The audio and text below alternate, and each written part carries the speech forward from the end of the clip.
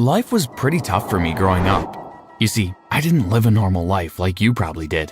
I lived alone on a deserted island. I'm not really sure how I came to be there. It wasn't something I really thought about. I didn't have to sit and wonder about my life, because I had to spend every waking minute looking for my next meal.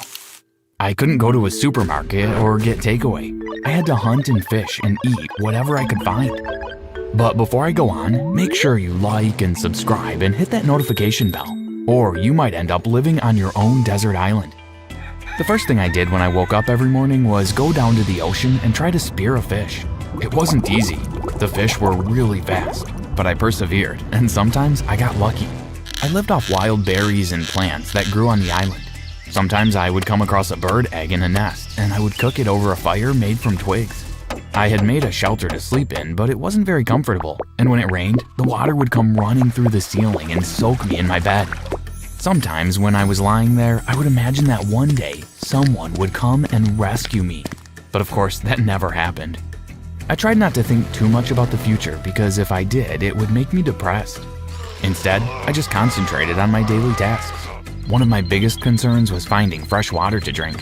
One time I ran out of water and was so thirsty that I drank some water from the ocean. Oh, was that a big mistake. I was so ill, I just lay in my shelter for about 3 days. I honestly thought I was going to die, but I didn't. I knew that I had to find a way to catch the rainwater, so I collected coconut shells and laid them out on the floor. When it rained, they filled up with water, which was safe for me to drink. Sometimes I would see a boat sailing by in the distance. The first few times it happened, I would run down to the shore and wave my arms in the air, frantically trying to get their attention. But they never saw me, so eventually I gave up even trying. I would just sit and watch until the boat disappeared over the horizon. Life on the island was pretty boring. It was the same thing day in and day out. Get up, make a fire, go find something to eat. Come home, cook, eat, and sleep.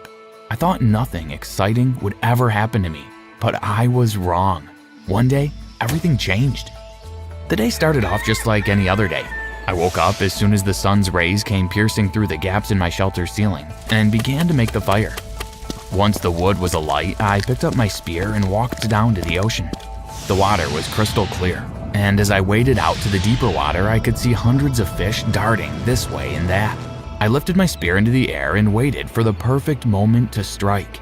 But suddenly, I heard a strange noise coming from under the water. I was about to dive under to investigate when I felt something wrap itself around my legs. The next thing I knew, I was being dragged under the water. Ah! I didn't realize at the time, but I later found out that I had been caught in a fishing net. As I struggled under the water trying to break free, I suddenly felt myself being pulled up to the surface. I gasped for breath and was shocked to see a woman standing in front of me. What? Who? Where did you come from? I was sailing past and I saw you. Lucky for you, I'm here to rescue you. I can't believe it. I've dreamt of this moment for so long, but I thought it would never happen. Well, it has happened. I'm gonna take you home and you can live with me. It was all so surreal. One minute I was all alone on my island, and the next I was sailing away on her boat to a new life. When the boat docked, I looked around. Everything was so different to my island. For one thing, it was so noisy. Everywhere was the sound of traffic and people. It hurt my ears. Why is it so loud? What? It's not loud. It's always like this. Don't worry, you'll soon get used to it. Everything felt really strange to me. I had never been in a car before, so the first time she started the engine, I nearly jumped out of my skin. What's that? It's my car. It's how we get around in the city. As we drove through the streets, I gazed out of the car window, taking in all the sights. I couldn't believe how many people were around. They were rushing here and there like tiny ants running through the jungle. When we arrived at her house, she showed me to my room. You can sleep here. The bathroom is across the hallway and my room is at the opposite end. Thank you, it's amazing. Take a shower and then come downstairs. I'll have your dinner ready for you. As soon as she closed the bedroom door, I threw myself on the bed and gazed up at the ceiling. It was the first time in my life that I had had a proper roof over my head. Is this actually really happening? I pinched myself to make sure I wasn't dreaming. Nope, it's not a dream. When I came downstairs, I could see the woman was in the kitchen. Come on, your dinner's waiting. Thank you, ma'am. You can call me Mom. It felt a bit strange to me to call her that, but after everything she had done for me, it was the least that I could do. Okay, Mom, thank you. She put the plate down in front of me. When I saw what was on it, I was shocked. It was a plate full of worms. Come on now, eat up. I picked up the fork and began to eat the worms. To be honest, I was just grateful to have someone provide me with a meal instead of me having to go and hunt for something. I didn't question whether or not it was a normal meal. Tomorrow you start school. I've called the principal at our local school and he offered you a place there. Wow, thank you, that's amazing.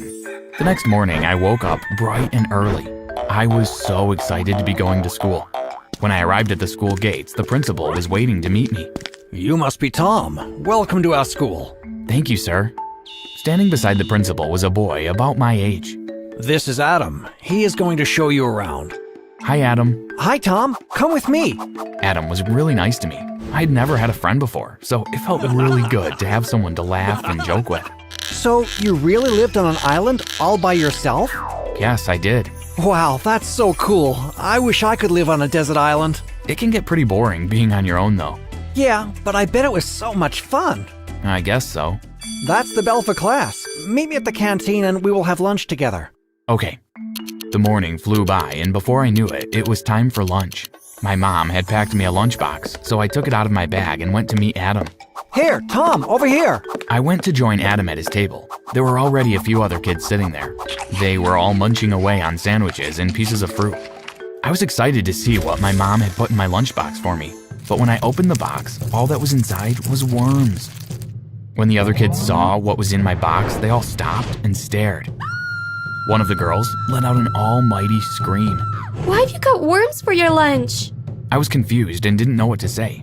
Luckily, Adam saw my face and jumped in. It's just a prank. Of course he doesn't eat worms. I gave Adam a grateful look and whispered, "Thank you." Humans don't eat worms, you know? I was so confused. If people didn't eat worms, why had my mom given them to me? She must have known that everyone would freak out when they saw them. Why would she do that to me? As soon as I got home from school, I went and confronted my mom. "Why did you give me worms for my lunch? People here don't eat worms." As soon as I had finished speaking, a strange look came over her face and she started acting really deranged. You're a fish. I caught you in a net, so you must be a fish, and fish eat worms. But I'm not a fish, I'm a boy. Of course you're a fish. You were in the water and I caught you in my net. As I sat there listening to her ranting, I realized that she was obviously crazy. I knew that I had no choice. I had to get away from her. I just remembered I have to, I stood up and ran to the front door. Where are you going? Come back, my little fish. That was the final straw. I ran out of the house as fast as I could. I had to get away from her. I ran towards the port, her chasing after me, but I was younger and faster than her. I managed to get onto her boat and start the engine before she reached the port. As I sailed out of the port, I could see her jumping onto another boat, and before long, she was following me. Oh my God, she's crazy. I was really scared. I didn't know what she was capable of doing. I pushed the boat to its limit, but it was no use. Her boat was bigger and faster, and within a few minutes, she had caught up to me. She pulled alongside me and started trying to throw a fishing net over my head. "What are you doing? You're a psycho!" Come here, my little fish. I'm gonna take you home. I dodged this way and that, trying to avoid being caught by her net. I told you, I'm not a fish. Yes, you are. Don't deny it. Somehow, by weaving my boat from side to side, I managed to avoid being trapped in her net. Eventually, I saw my island in the distance. If I can just make it to the island, I'll be able to escape from her. No one knows their way around the island as much as I do. I will be able to hide from her. As soon as my boat reached the shore, I jumped out and ran into the jungle. I could hear her footsteps right behind me. How is she keeping up with me? I emerged from the jungle and ran to the edge of the cliff. Now what am I going to do? I turned to face her, my heart beating 10 to the dozen. That's when I saw it. In her hand, she was holding a butcher's knife. I was terrified. What is she going to do? Now that I've caught my fish, it's time to make sushi. The next thing, she lunged at me. I quickly dodged to the left to avoid her knife. I watched as she went sailing over the edge of the cliff. I could hear her scream getting fainter and fainter until it finally disappeared altogether. I looked over the edge of the cliff, but all I could see was the ocean below. Phew, what a relief. She's gone. I made my way back to the shore and jumped back onto the boat. As soon as I got back to civilization, I went straight to Adam's house.